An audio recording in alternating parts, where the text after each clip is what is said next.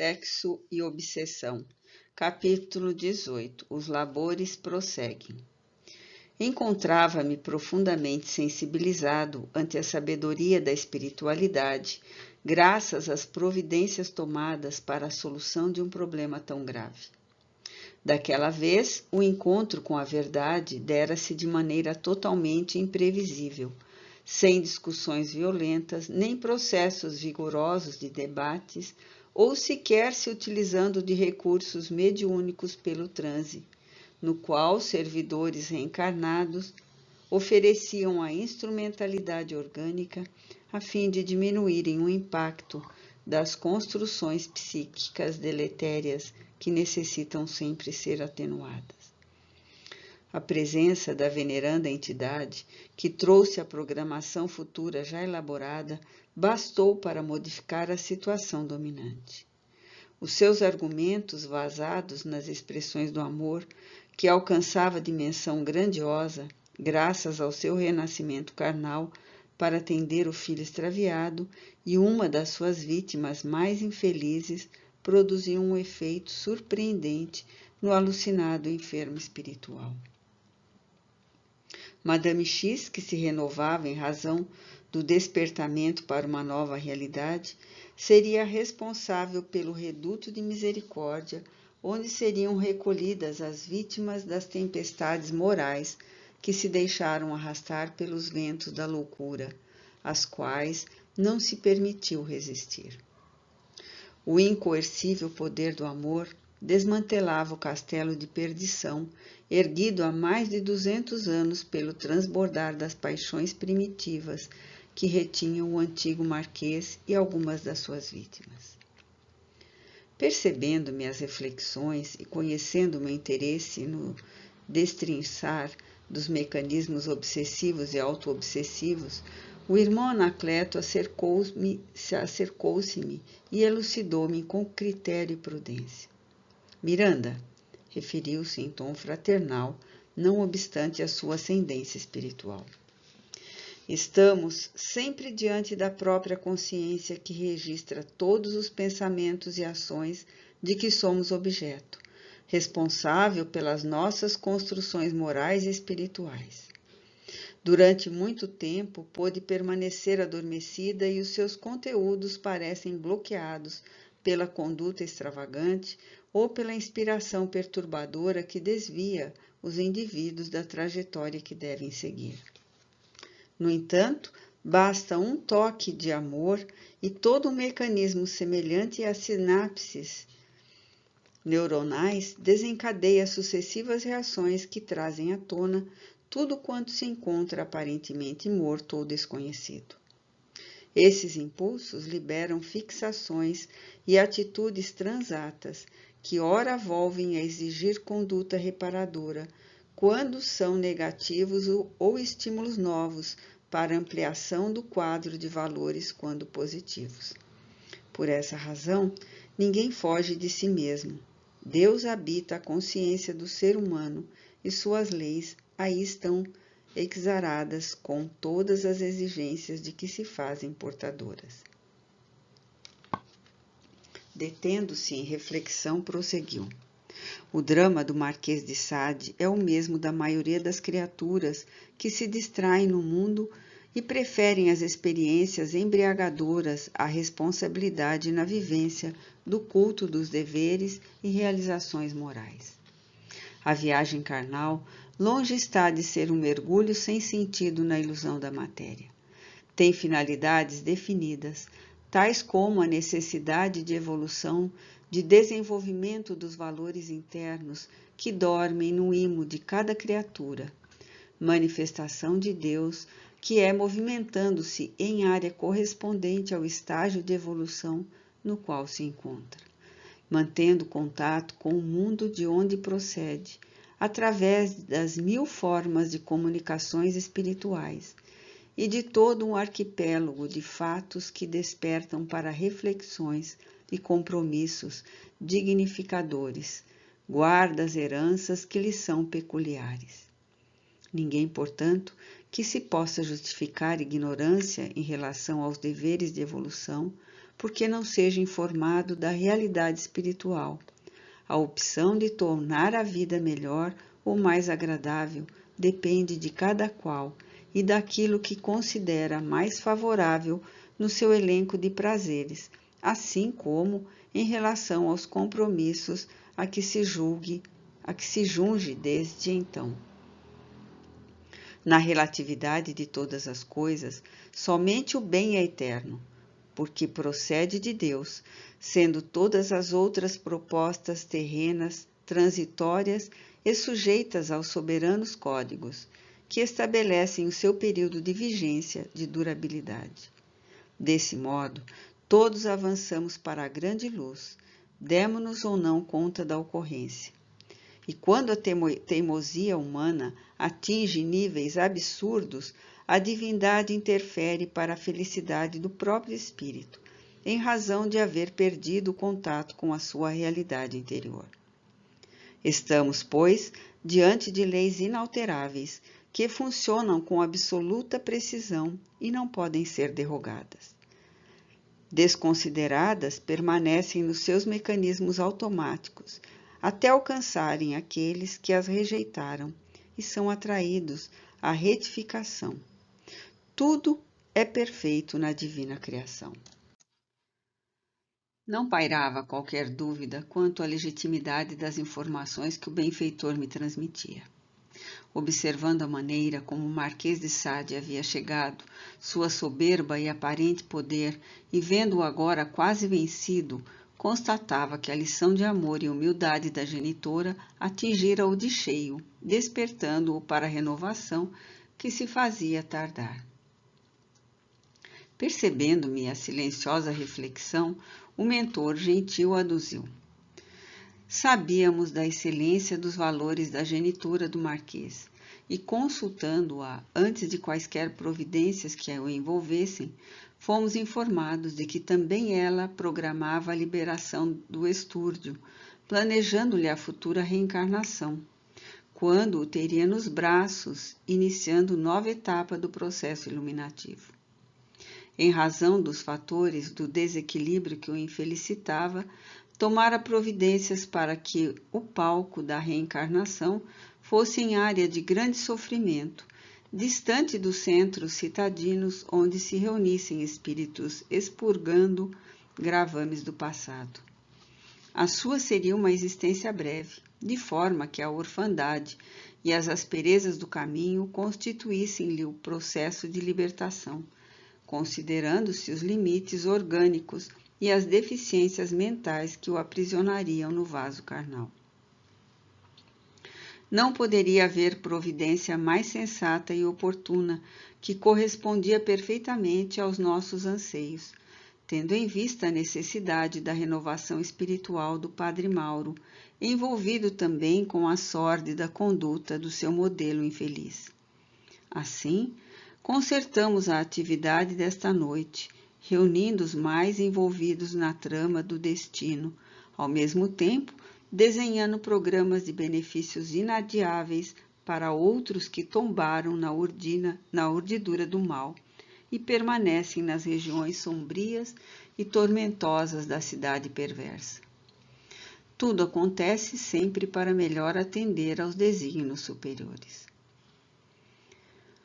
Enquanto o benfeitor Dr. Bezerra de Menezes esclarecia o Marquês, Madre Clara de Jesus confortava Rosa Keller, que parecia estupefacta ante o desenrolar das ocorrências para as quais não se houvera preparado. Exultava ante a possibilidade de ser feliz e temia a convivência com o adversário de sua paz.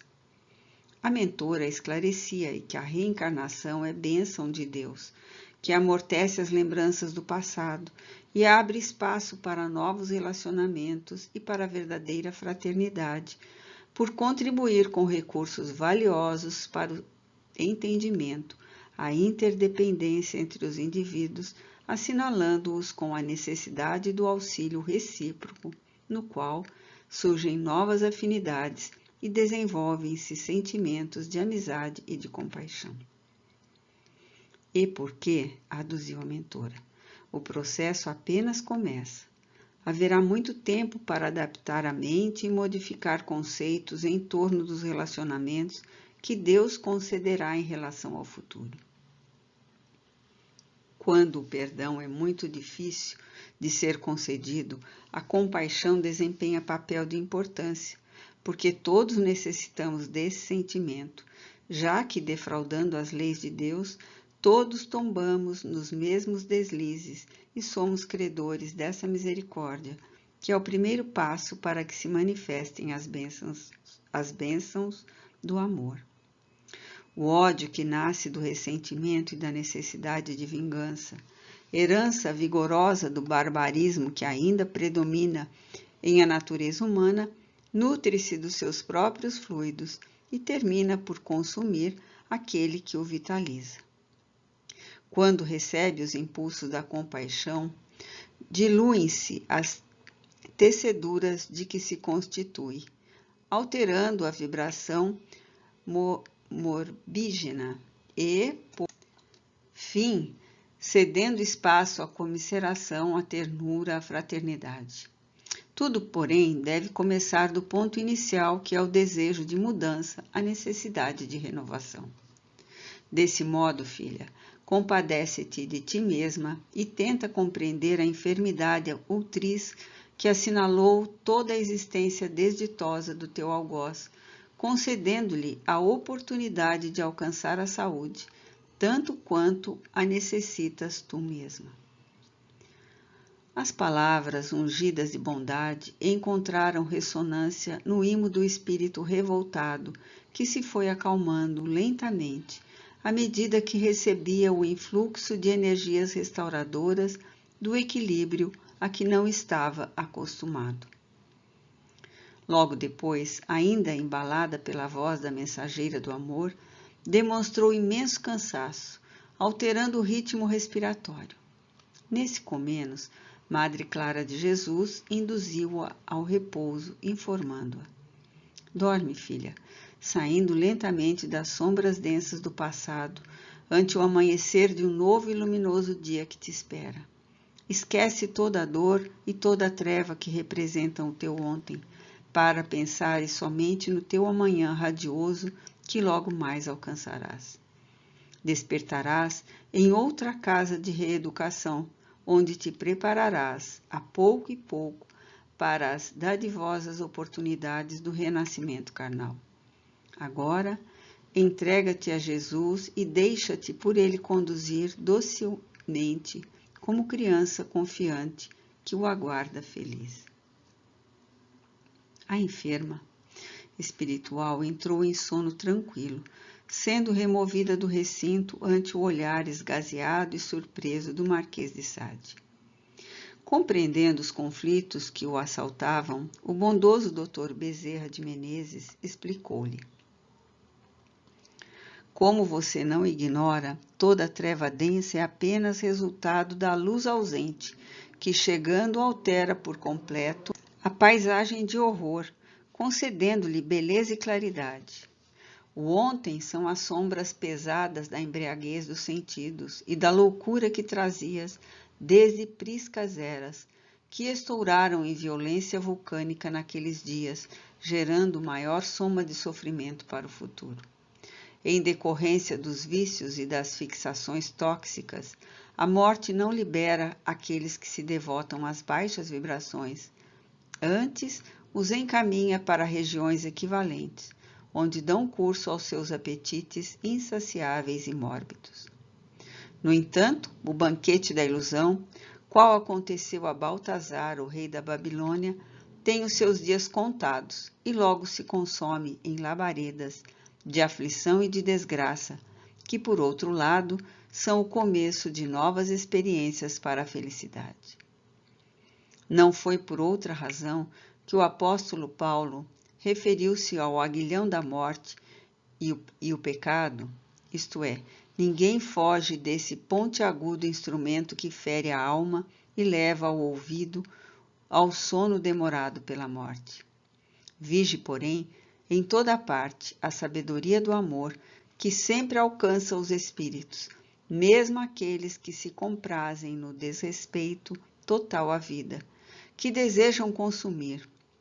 Iludidos e anestesiados pela própria prosápia, tombam por fim nas armadilhas que deixam pelo caminho, sendo conduzidos para a porta estreita do sofrimento, despertando no corpo imobilizado, no qual por muitos anos experimentam silenciosas aflições e meditam longamente sobre o próprio destino e a realidade que se evitaram. Como então renascerei?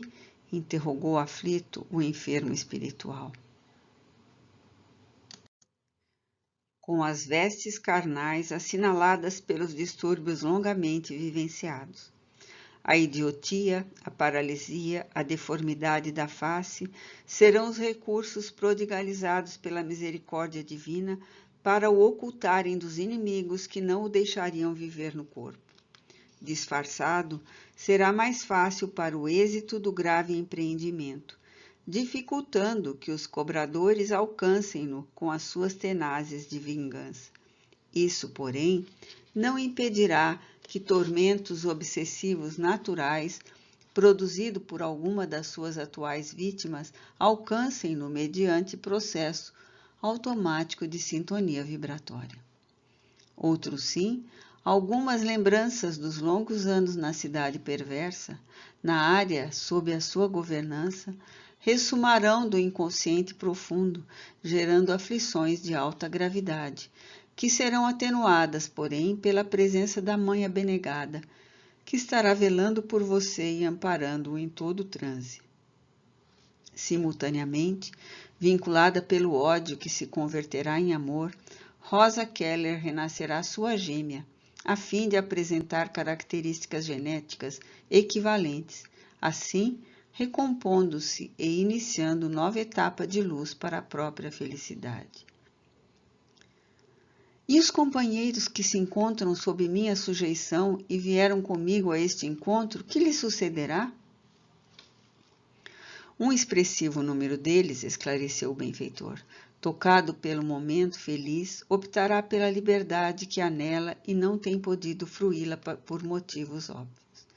Assim, não se preocupe com os irmãos de agonia, que se lhe submetiam ou que o acompanhavam igualmente anestesiados pela morbidez. Ninguém se encontra esquecido aos soberanos códigos, nos quais estão inscritas todas as vidas. Nesse momento, volva à infância, recorde-se da figura de Jesus que você execrou nos seus espetáculos de hediondez sexual, nas práticas obscenas que se permitiu e que dramatizou para outros desestruturados mentais e espirituais. Considere com serenidade a grandeza desse homem que se deu em favor de todas as vidas, mesmo as daqueles que o escarneceram e estigmatizaram com seu ódio injustificável por não poderem compreendê-lo e menos amá-lo. Entre os distúrbios de comportamento é conhecido o fenômeno de transferência de conflitos de uma para outra pessoa. Quando não se pode alcançar outrem, ser-lhe equivalente o inconsciente transforma a aspiração não conseguida em violenta ira que é descarregada naquele que se encontra em posição superior e inatingível no momento do seu invejoso admirador. Assim, na sua alucinação e perversidade, o caro amigo desenhava do homem de Nazaré pela sua superioridade moral e pelo estágio que alcançou, provocando-lhe rude e violenta inveja, acompanhada de desdém e desprezo. Pense nele agora de outra maneira. Altere o direcionamento mental e considere-o no seu verdadeiro significado, na grandeza que o caracteriza. O Marquês apresentava-se aturdido e expressava na face ainda deformada a diversidade de sentimentos que o afligiam, sem definição emocional que o ajudasse a assumir uma atitude de equilíbrio. Os longos anos de perversa distância dos valores éticos, da dignidade humana, do despeito da vida e por todos os seus elementos constitutivos, Dele fizeram um odiento e singular espécime, que somente vivia em função das baixas sensações a que se entregara desde há muito. Não era, portanto, fácil a mudança de conduta mental e de aceitação emocional. Este Jesus que lhe era apresentado, diferente do anterior que detestara e de quem zombara, em razão dos absurdos religiosos que vigiam no seu tempo, chamava-lhe a atenção de maneira diferente, que, no entanto, não saberia como definir. Seria necessário muito tempo para que a conjuntura mental se alterasse e uma visão nova do excelente Filho de Deus se lhe assenhorasse da mente e da emoção.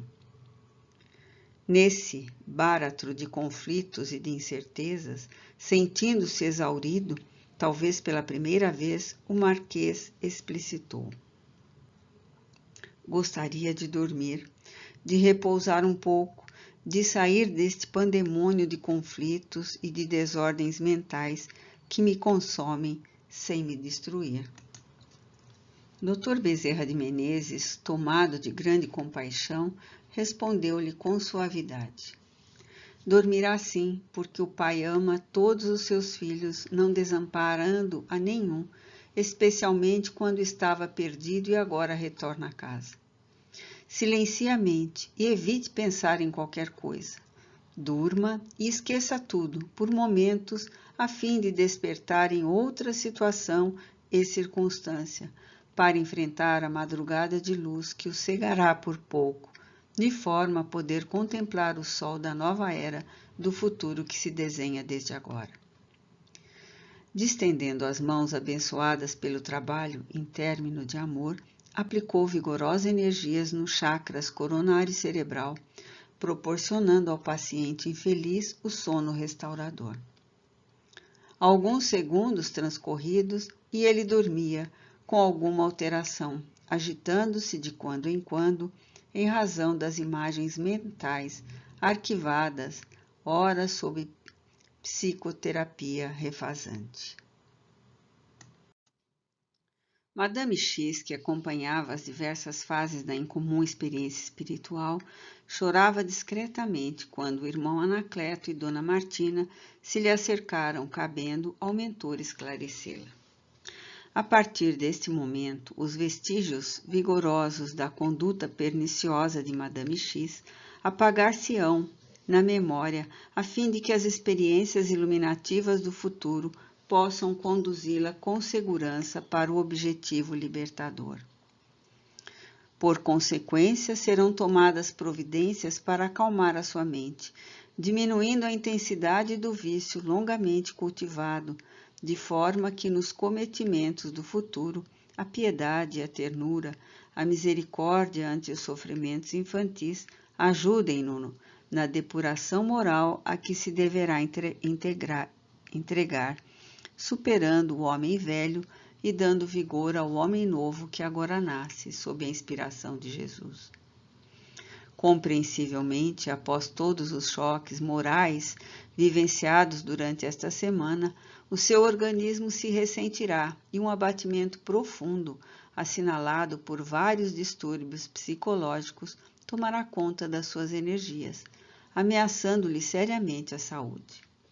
Nada obstante, estamos tomando providências a fim de que possa superar o desgaste e os transtornos psicológicos que advirão em clínica especializada, que o senhor bispo está providenciando, após o que, transferido de cidade para uma região carente e menos populosa, você recomece a existência e se transforme em benfeitor da comunidade.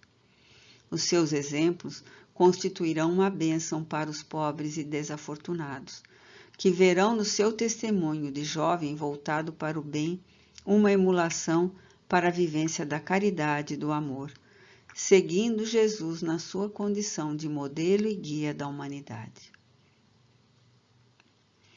Dona Martina abraçou o filho querido, que lentamente retomou a forma perispiritual de Mauro, sem poder dominar as lágrimas, e ele pôs-se a justificar. Não agia mal por livre opção, porque dominado por força quase demoníaca que me induzia às práticas infelizes que me atormentavam mais do que me facultavam prazer. Sempre retornava da vivência da aberração amargurado e arrependido, vencido nas minhas forças, como se exaurido por algo que me absorvia todas as energias. Como será agora minha conduta? Terei forças para prosseguir? E esse demônio que me suga e devora voltará a vencer-me?